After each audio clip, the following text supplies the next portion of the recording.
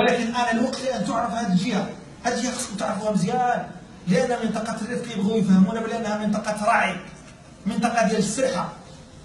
سير تقرا التاريخ، منطقة الرفق منطقة علم، منطقة جهاد، راه منطقة علم وجهاد.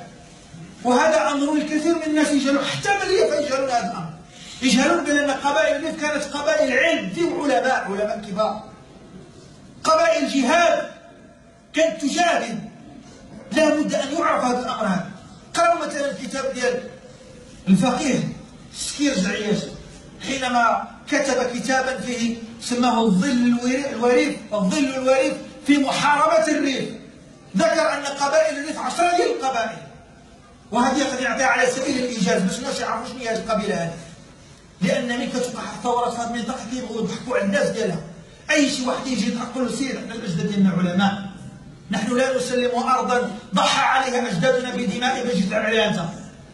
نحن مع التغيير ومع الإصلاح، ولكن ماشي شي بحال أنت تضحك علينا. ولذلك كل الذين دعوا إلى الفتنة والله ماشي رياضة، كلهم برانيين، لأن الرياضة العقلية ما يعرفوش راه كاين، لأن الأجداد ديالهم أجداد علم، أجداد جهاد. ذكر الفقيه العياشي سكيرج العياشي في كتابه الظل الوريد في محاربة الريف أن قبائل الريف 10 ديال القبائل، وذكر أول قبيلة اسمها قالت قبيلة بني ورياغ، وفيها 5 أفخاذ، آية الخطاب، وبعض المؤرخين يسميها بآية يوسف واعلي، وآية مرابط، وآية عبد الله، وآية بوعياش، وآية حذيفة. هذا كلهم بطون كبرى في قبيلة بني ورياغ. وقيل أنه سمي حذيفة هو الأصل هو بن أحمد، ولكن سموه بحذيفة لأنه كان يقتدي بالصحابي الجليل حذيفة بن اليمان، كانت فيه الخصال ديال حذيفة بن اليمان، فسماه بحذيفة. الآن في الجهة ديالهم سميتها بني حذيفة. هذو قبائل بني ورياغ الكبرى، أفخاذ كبرى في قبيلة بني ورياغ، وخرجت علماء كبار. قبيلة بني ورياغ الأصل راه العاصمة ديالها هي الحسينة، وخرجت علماء كبار لا بد أن يعرفوا هؤلاء. أبو إبراهيم إسحاق بن مطهر الورياغي الأعرج المتوفى سنة 638، المنسوب إلى مقشر أغيل بزور، وبعضهم يربطها بأغبيل أب الزور في جبل الحمام بن ورياغل، ولأجل ذلك سموا بالغلبزوريين. راه كاين بعض الريف اللي كيديروا الغلبزوريين في كنية، هذا جدهم هذا العالم هذا، جدهم أبو إبراهيم إسحاق بن مطهر الورياغي الأعرج. يجب على بني ورياغل أن يعرفوا هذا العالم، كان مشهودا له بالعلم، مشهودا له بالمعرفة، خاصة في الفقه، كان يسمى بفقيه فاس، كما ذكر ذلك ابن القاضي المكناسي في كتابه جدوة الاقتباس في ذكر من دفن من الأعلام بمدينة فاس. وقال محمد بن جعفر الكتابي في كتابه سلوة الأنفاس ومحادثة الأكياس في من أقبل من العلماء والصلحاء بمدينة فاس، قال كان إماما من أئمة الدين. لم يتكلم على عالم من علماء بني ورياغ، قال كان عالما، قال كان إماما من أئمة الدين والعلماء المهتدين، وكان آية الله في المدونة وله عليها كتاب الطرر، وهو فقيه فاس في وقته.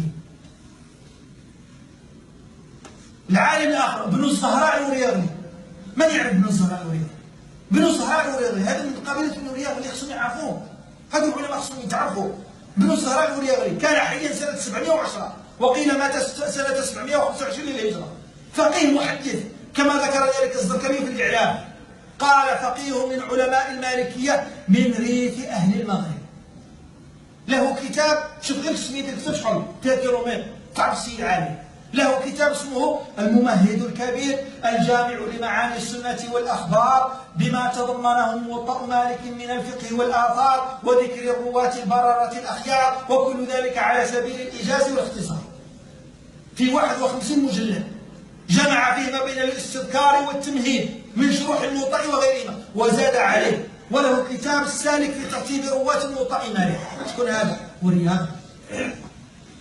العالم الآخر عبد العزيز الورياغي المتوفى سنة 880 للهجرة، من أكابر العلماء، حتى كانوا إذا ترجموا له المترجمون يقولون الفقيه، ويترجمون بصاعقة الزمان، كما ذكر ذلك صاحب الابتهاج في تطريز الدينار.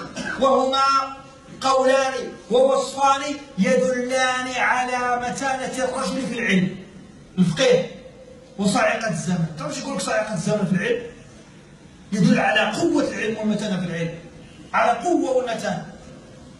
ومن أعماله الجارية إلى يومنا هذا، من أعماله الجارية أنه أوقف زيتونا على القائل في مسجد القرويين بعد إقامة الصلاة: عدلوا صفوفكم يرحمكم الله. اللي كيقول هذه الكلمة كيخلص من قبيلة بني هلال. في فاس في القرويين أوقف زيتونا على القائل في جامع القرويين بعد إقامة الصلاة: عدلوا صفوفكم يرحمكم الله. كيخلص عليها. وقف ديال من؟ ديال عبد العزيز بوليار، متوفى سنة 808 للهجرة. هؤلاء علماء لا يكادوا يعرفون. تونس لولا واحد الكتاب لابد لا أي واحد من قبيلة بني هلال ما خصوش يغيب عليه هذا الكتاب. كتاب اسمه المنار المنيف في التعريف بعلماء الريف. المنار المنيف في التعريف بعلماء الريف ديال توفيق الغمزوري، الدكتور توفيق الغمزوري. هذا خصو يتشرح.